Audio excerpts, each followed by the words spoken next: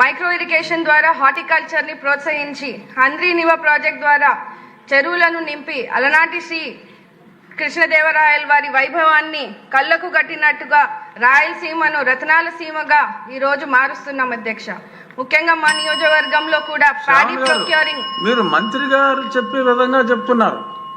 మీకు దాని మీద డిస్కషన్ ఏమన్నా సలహాలు సూచనలు మీ ఏరియా కావాల్సినవి ఏమన్నా చెప్పాలి. మీరు మంత్రి గారి లాగా ముఖ్యమంత్రి గారి లాగా మాట్లాడేస్తున్నారు.